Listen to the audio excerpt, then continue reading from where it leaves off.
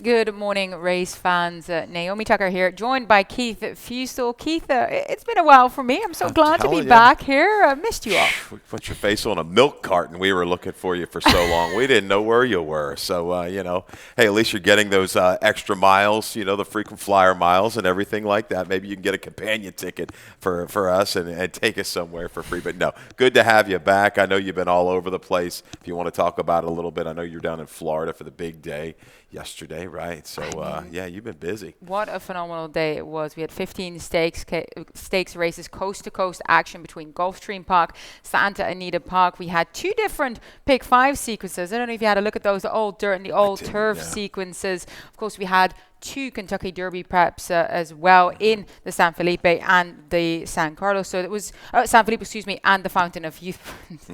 Fountain of Youth. So obviously it was just a day filled with top class action, as well as, of course, a couple of Grade 1 races at Santa Anita Park. So it was just wonderful to be in Florida to see that all firsthand.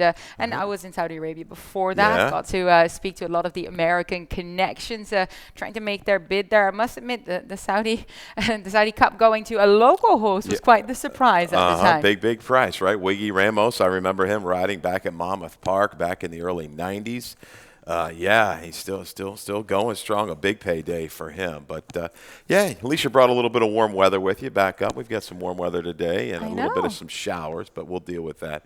But I'll take it. A little break here in the weather. The weather's been terrific. Well, it looks. I mean, there was a little bit of rain this morning, but the temperatures are high. I'm looking forward to today. We've got, of course, 9 stakes races coming up. But aside from that, we've got a couple of events that might be worth a mention here, because we have the big dance watch party Friday, March the 18th. Throughout the day, we have plenty of food and beverage specials for you to make use of. And you have exclusive Preakness and Infield Fest tickets that you can probably get your hands on, because we are going to be watching the basketball. Right? Absolutely. 68 teams it starts with. It used to be 64, and then it'll whittle its way down. You have some play-in games, but the real heavy action, right, starting the weekend, St. Patty's Day weekend. And we're going to be here. You got a chance for, like I say, some tickets, food and beverage specials. Take advantage of it. Great place to watch the game on the second floor in a little sports nook area. So take advantage of that. Nothing better. Watching the hoops. I used to go out to Vegas for the first round. Did you really? Oh, yeah. That was great. People from all over the country. Traveling around. Yeah. So that was always fun. And listen, we have our own little party here at Laurel Park, and we've got the horse racing. So take advantage of that. Please join us on the 18th of March. Yeah, I absolutely love the sports bar here with the huge screen, so you can watch and the thoroughbred action, and you can watch all the basketball. Was it round 1 and round 2 will be played that day? Basically, right? yeah, round 1, because they have the play-in games that start a couple days earlier, and then things will really get rocking and rolling. So looking forward to it. I have a little future book bet on Texas Tech, so if anybody's rooting for any teams, my nephew goes there, and he said, hey, Uncle Keith, this team's solid. Their defense will play anywhere. So there's a little tidbit maybe to make it to the Final Four. Oh, some good inside knowledge there. Now, we've got stakes action coming your way soon again. 2 Pot of Gold Day, Saturday, March the 19th. As usual, we got 12:40 p.m. post. We have 5 stakes races, nearly $500,000 in purses. We're looking at the Harrison E. Johnson Memorial, Beyond the Wire, Private Terms, Not for Love, Conniver Stakes. Lots of really, really good action. Of course, I always love the 3-year-old races, Beyond the Wire, the Private Terms. Really see what the classic generation is doing down here in Maryland. Absolutely, and that's our lead in, right? We were talking about the other day, Callie and I, to the the Weber City Mist, the Tessio, right? And then onwards and upwards to Black Eyed Susan Day, the Preakness. So, yeah, really lots going on right now. Things are really getting fired up here in March. Yeah, can't wait until Preakness. So do know that tickets are out. So go to Preakness.com or scan the barcode right there. Keith, do we need to pull out our phones there to just have a quick scan so we can get some tickets, right? Saturday, March 21st, Preakness 147, of course, the highlight for us here in the Mid-Atlantic. Absolutely. Looking forward to another great weekend of racing, no doubt about it. Last year, phenomenal. I mean, it's going to be hard to top the action that we had last year with the Preakness. The finishes were just phenomenal in those races. So, yeah, run by her with a big price. We love that. But, yeah, looking forward to it. Get your tickets. Get on board early and often if you got plenty of friends to bring. Oh, Yep. absolutely. I can't wait. I remember bringing my partner as well as my friends to Preakness because that's the one day that if you have family or friends that have not been racing, Oh, bring them yeah. to that day because it's the best of the best. The fun, the party, the top class action, the wagering opportunities with the depth of fields and the competitiveness. I do believe we set a record wagering handle as well just to show how big the pools were and Yeah. how the opportunities are there for even just having a little flutter. Exactly. I mean, they talk about a day where you get, a couple of days you're going to get really good value most of the time. You pool your money together with your friends, give yourself a big chance for a big score. Absolutely. Let's have a look at the current track conditions. We were mentioning it's quite a balmy day so far. Main track currently noted as good. Yeah, it's really close. It's teetering. We'll just see. I don't know the exact forecast. There are some showers in the area. It's right there, good and sealed to start. We'll see if they bring the Harrows out because it could definitely get the fast. So we're gonna be safe right now and start it with good. Yeah, and we right. got 9 races coming your way. Race number 1 claiming $10,000 to $8,000. Non-winners are 3 lifetime. We're going a mile and an eighth on the main track. The distance, and Keith, Yeah. we have a video spotlight courtesy of your selection here. Dr. Ferber, the number 3, both of us have in our exacta. He was kind of moving up there on the inside. There was a long shot that was kind of racing keenly on that day, kind of moved up. But I thought Dr. Ferber kind of sliding through. He had a really good spot there and moved up, made a strong bid, just kind of got a little bit leg weary late. Yeah, I thought it was a good effort. The improvement, second time off the claim for Kieran. We're going to hold the level, battling inside. Has to shift out. Couldn't quite go with the leader here to the 8th pole, but shifts out and continues on willingly. Just nipped for the place late. Yeah. Yeah, that should have had it. That was Keen, the gray. Yes. It's back in. It changed tactics last time and made a good run. We'll probably see that horse come from just off the pace because Dreaming of Carrots, a horse that you're using from the rail, looks to leave from the inside, going 2 turns, mile and an eighth, a little further than some of these horses are accustomed to. Dr. Ferber is a player with any kind of similar ride, a similar trip, I should say, as last time out. I'm going to use Albertano in here, the 6. I thought Albertano. I think I've made a typo there because mine's the 6 as well. And Okay. I just checked. I think I sent that in incorrectly. So, guys, mine is actually 6375. So we're similar enough in here, both using Albertrano, who I think just got the perfect draw to kind of slot in. Exactly. I think we'll be able to settle, and this horse is really taken to going a little bit longer distance. Now going to have to navigate 2 turns, Yeah. a little different. But I like the way this horse reeled in a clear leader last time out. Now claimed off of a barn that's been rolling right along, so that's a little tricky. Can this horse maintain form? This is a little. Yeah. This wasn't the easiest of races to cap today. I think Dr. Ferber should be around. I'm going to box these 3. I'm not looking for a tremendous score, but I did have a little difficulty coming up with a clear-cut horse in the opener. I'm hoping that Albertano can keep kind of ascending the way he has, kind of, clearing his conditions and now stepping it up here. And I feel like the mile and eighth is within his reach the way he's been finishing out the races over the mile. So I think it's going to be fine. But I use Crying for More on the outside. I mean, he came off the back of a win, now kind of steps up to that claiming 10,000 level. I think he's got that good tactical ability. Is first off the claim now. Of course, coming from a very strong barn, though, from Del Capuano. It's always tricky to try and move horses up from trainers that are doing very well throughout the meet, but hopefully Crying for More could kind of pick up a piece as well. Okay. Race number 2 is the start of the early pick 4. Always looking forward to your ticket, Keith. Okay, we've been around it. I mean, we got to connect here. We had one last week, I believe. So this is a little $12 ticket. End of the week, maybe you don't have quite as much cash right now. So maybe we could get you started with a $12 ticket. 2-5, money code Krug. Krug kind of a question mark horse in the second for Dale Cap. Race 3, 5, 6, and 8. They kind of look like the 3 to me. What do you think? They look like the 3. Race 4, the 2 and the 6. Bells will be ringing. Will be an awfully short price. We'll try to use the 6 Cinnamon Dream as an upsetter in there. Race 5, 2 deep again. 2 and the 5, Sierra Leona. I know can handle a mile and eighth. Will she get a little bit of pace help to set things up? We shall see. There's your ticket. Hopefully we can get you kick-started into the afternoon. Yeah, I'm with you in race number 3. Race number 3, those 3 seem to be the ones to use as well. both of us landed here. Well, both of us have the similar horses, different different orders here. You have Money Code on top for trainer Claudio Gonzalez. Got the victory when raging and pouncing, and kind of looks to get a similar trip in here. Can he continue to improve against possibly a little bit tougher? Yeah, you've got to scratch the one in here, which takes a little pace flow out, which might help a horse like Krug, who was a little bit maybe keyed up last time out. The blinkers come off. Big angle for the 5. Dale Cap, year in and year out with his blinkers off, is very, very strong. Failed as $1.81 last time out. We'll be back and be a presence. So I just think Money Code is improving steadily each and every race. I'm not worried about getting the mile. A couple of these other ones, I am concerned.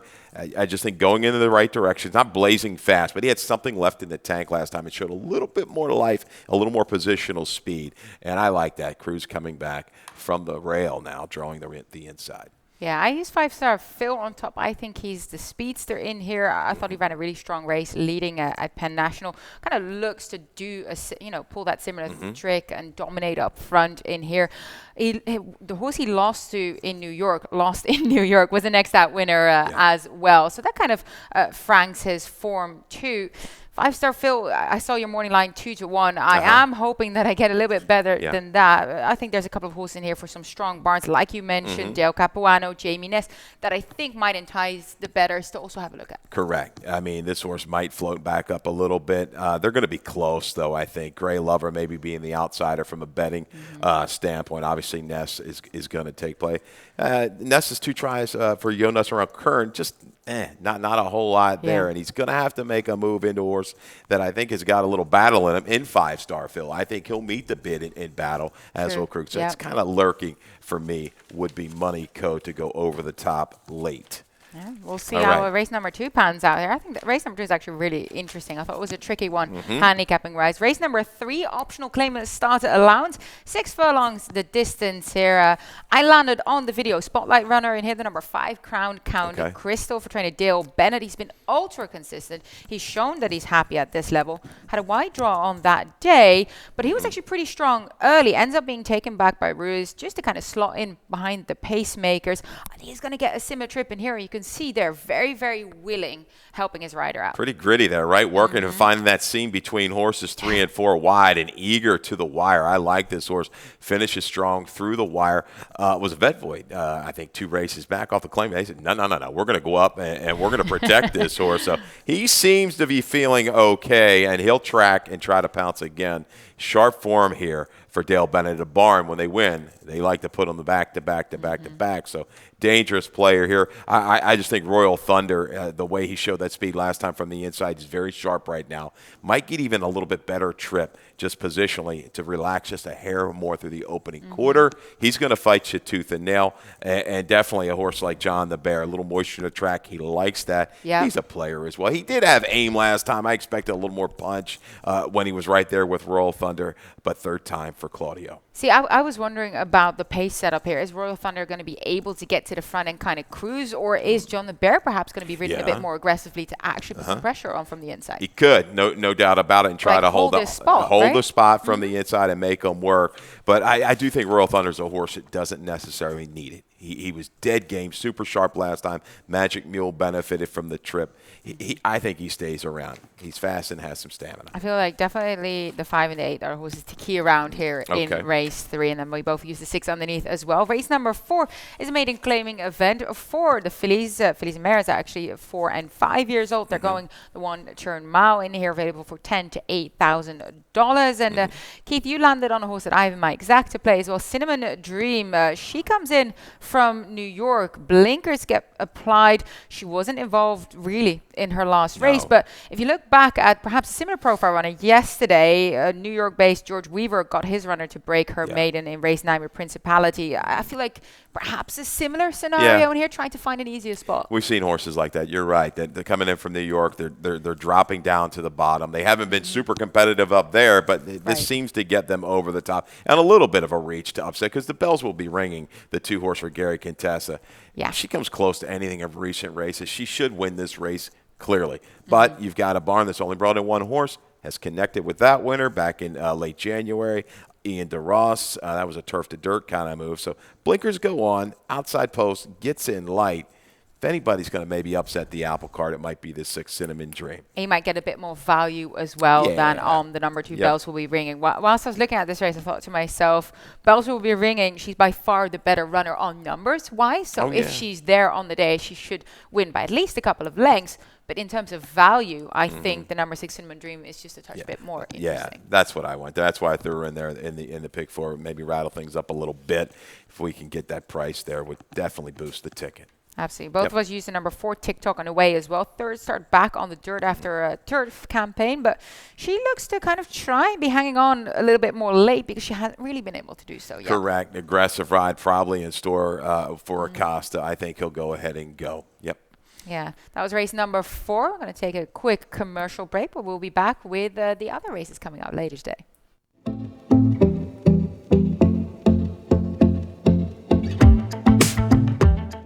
My favorite thing to do is just speak to them as I go down the line. I just come in and chit-chat with them. Hello, good morning, and grab their chins as I go, and they'll be begging for some candy or whatever the case may be. And I name each one as I go down the line, and then somebody might be dancing around in a circle. But I've always loved horses ever since I was a child.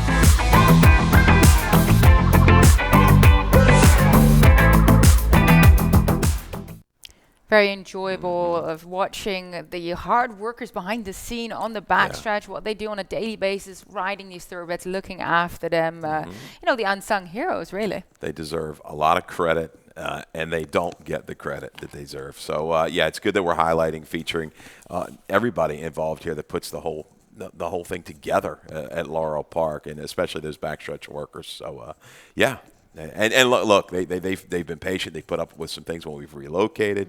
A lot of different things go on that people don't really understand or know of, but we certainly do. And thank you for all your help. Yep. Yeah, definitely the ones looking after the stars of our sport 24/7, really. So it's much appreciated. Race number 5 is a starter allowance for filly and mares. We're going a mile and an eighth the distance here. And Keith, we'll start with your top selection in Sierra Leone for Tom McMahon. Look, she is trying to kind of find her form a little bit again, right? A couple of races that she wasn't really as present as what we would hope to see.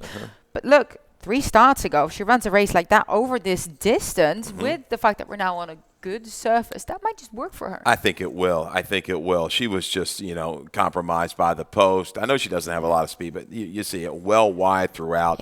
Acadian Girl just galloped and has come back to run big. This is a little softer group. Now, can we get anybody to pressure and make Golden Grant work up front? That's the key for me. But Sierra Leone, I think if she's within a couple lengths, maybe 3-4 out of it at the 3/8, she can grind it out, churn it out, and maybe just get past Golden Grant late. These look like the 2 keys in race number 5. Not going to be big prices, though. No, I'm hoping Golden Grand is just going to boss it up front. She did actually really have to put her nose down last time out to get the win. But it seems like she does well when she's on a streak. If you kind of go back, when she starts to roll, she might just put another effort back-to-back kind of top level in here. So I'm hoping that she's going to do well in this spot. And she actually showed a new dimension when sitting sort of in the garden spot last time out. So she's fine going to the lead. She's clearly very capable of taking them all the way. But she doesn't need it. And first of the claim for Bruno Tesoro, I just think Golden Grant comes in here as the runner to beat, really. And don't let that stat little fool you. He hasn't claimed a whole lot recently, 0 for 5 in like last year. So he's 3 for 11, the last, I think, 3 years on the dirt. Certainly a capable trainer off the claim. And the horse that she beat last time out, Fudge Cake, 3rd place finisher in that race on the 25th, did come back and win an allowance last night at an upset price. So she's keying up against the right kind. 2 or 5 around there, maybe the 4 possibly. Might be the horse that can kind of move in and press early on. I feel like Tiz Michelle's way. I used her in my exact because I feel like she's cycling back up again. We know that she showed a little bit higher level against some tougher foes earlier when with a different stable. Now in the Keller barn, has been changing barns quite frequently, but I'm hoping that she can still continue to move upwards. Really. Agreed. She's kind of that sneaky one. If you just want to take the horse, like we'll do this sometimes. If you key in 2 favorites, let's just take that one price horse. Throw the 2 favorites, work them around the favorites. Don't hook the favorites together. I go 2-5 with 4 or 4 with 2-5. and then to try and create some value. And then try to create that value. Exactly. Exactly. Race number 6, maiden claiming 10 to 8,000. Start of the late pick 4. I decided to try my hand at the pick 4 again. Gonna see who survives, right, Keith? I've got my pick 4 ticket ready as well. Couldn't find a single though, so kind of struggled to find a single, but did go tight in race 7. In race 6, I actually went 3 deep, 4, 5, and 8 because with some of these maiden 10 events, you really don't know who's going to have a good day. I think way more is going to be very tough, but Uncle Jerome blinkers on, first time gelding for trainer Michael Gorham, who I think had a triple of 3 runners a couple of not too long ago. So don't want to exclude his runners. I didn't also use the number 8 transfer the funds. Race 7, I feel like Shacklecat on the rail as well as the number 6 Rat Paisley are the runners to beat. And then in race 8, I do go with the coupled entry, the 1A, the 4, and the 6 closer look. My top selection, and hopefully still alive in the nightcap here. I use number 2 Sprinkle, this first time starter, and another first time starter in Watch Your Tone, because in these maiden 10 events, when you're looking at some more exposed runners, you want to go with a horse that hasn't shown their hand just yet. So I'm hoping that Anthony Pecoraro or Anthony Ferrier have their runners ready to fire near $18 flat ticket that commences in race number 6. And we'll start with your top pick in here, the number 5 Uncle Jerome. I already highlighted first time gelders, blinkers go on, steep drop, plenty of kind of changes to hopefully cue a turnaround for this runner. Yeah, look into the race. It's a scramble for me for the most part. I line this horse 3-1, a slight morning line favorite. You got gelding, you got first time gelding, blinkers on, and the drop. We talked about that just a couple of races prior with these New York horses coming down. I don't know what kind of trip he's going to have. I'm just looking at the numbers he can run, capable of maybe a mid to high 40. You think the changes in the time off are going to be enough to improve him? That puts him in the winner's circle. Plus, Mark Gorman's right. It was Friday. 3 winners on Friday. 3 from 3. Yeah. It was like 100% strike rate at Laurel Park on the day, which was absolutely incredible. So clearly want to go with a bond that is doing well. But I used way more the number 4 on top because he returned after 2 years and a month break, now a 5-year-old. I thought he ran a decent race at the maiden 16 level, drops to the maiden 10, has that fitness underneath his belt. I think he can kind of come back up in here. Of course, didn't know what we were going to find with him off that lengthy layoff, but I kind of feel like we got a good grip on him a little bit now. I went back and watched that race this morning. I wasn't here that day. I don't think. I'm the cash man, no. But I watched it, and he ran all right. He was 3 and 4 wide every step of the way. You thought he had every time he was going to just give in at the 360. He just kind of kept going and going and going at a clip. Which is why I like him for this distance. Yes, and he comes in. He's got Yana Viles coming in light. I expect from that towards the inside, the 4 post. I think go and try to drop in and dictate a bigger horse. He might get brave up front. I agree as well. You use transfer the funds in your exactor for trainer Rick Buckley. I feel like this is the type of runner that is going to be turning up late, really kind of ramps up his run in the final sort of quarter. Yeah, lots of chances. And the only thing I see horses that want to be forward in here, he's one that has shown to race from off the pace. Yeah. Batista is back. Maybe that's the key. This jockey has had some good luck with him. I think he'll settle and try to make a run into it. 5, 8, 3, 4. Captain Cardo improved. I thought it was a pretty good try first route. Second route, I don't think he needs to battle. I think he can get a good tracking spot from just off the pace. I'll see how he fares. I didn't use him, so find out when race 6 comes around. Race number 7, 6 furlong sprinting distance here. A claiming event, 16 to 12,500. Nominees of 2 lifetime. Let's start with our video spotlight in here. That is on the number 70 Shackled, who both of us use. And we're looking back at his start. He actually got hemmed in and squeezed quite strongly right there. He was in gate 6. You can see inside and outside of him kind of coming in. Yeah, there was a convergence, and it wasn't to his benefit. He just got sawed off, bounced around pretty good. What I liked, and I usually don't give this comment out when you're beating 5 3/4, basically 6. Gamely, he's trying hard. I mean, he makes a run into it and just gets edged out for second. You got to realize on the 25th of February, mark it down. This was not a track you could really close a lot of ground on. He just kept giving effort after that. I still think he's going to run a little bit faster. He hasn't popped like some of these other quality horses off the claim. You're waiting for it. It just hasn't come yet. He'll have some speed to target in here, I would think. Darling Dixie come out, might make things a little bit easier for the front runners. But I got a little stat on Shacklecat, the 1. for Pecoraro. Pecoraro very live this afternoon, right? Wow, look at 93 that. runners. Yeah, but look at this move. Allowance to claimer the last 3 years on the dirt, Naomi, 5 for 10. ROI 391. This horse ran very credibly with a little moisture in the track December 30th. Big, gaudy field, right? Stumbled 4 wide, never gave up much ground against a much better field. All 3's going to the lead. We've seen what these horses have done. They've gone on and run well. So he and Brad Paisley, you got to catch these 2 guys. We'll see what happens. Yeah, I have Brad Paisley as my top pick. I feel like he's going to get a lovely stalking trip, and this is just a better level for him. Was campaigned at the allowance level, was the optional claimer level. I think this just suits him better in terms of the foes that he's going to line up against. And he's capable of running those mid-60 figures. He'll have to step up and do so, but I think it seems to be lining up well for him. I think he's got plenty of ability and speed to just kind of navigate a good trip. But you're right, Shackle Cat most likely is going to at least try and move forward here. Yeah, I think again with JD, he's going to have to go from the inside.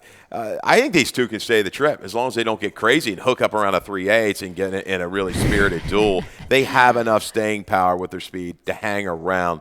The Stranger, outsider would be the 2 Tiz Golden. I think is a major barn change. Protect move up in the 62.50 off the break, off of some just ho-hum kind of tries. Sneaky back numbers kind of play. So there's your outsider there, but 1672. That might be your price play to use in your sort of boxed exactas or even a trifecta if you're playing that. Yes. Race number 8, optional claimant starts at allowance. Got 2 more races to go here. 1 turn, 1 mile. The distance, both Keith and I landed on the number 6 Closer Look, who's been so tenacious at this level in his last couple of starts. But we go back to his 2 starts ago where he tried at the beginning. So I was looking back, of course, the 2 turn mile 60. Tried to go a little bit with Ain't the Beer Cold before settling mid-pack.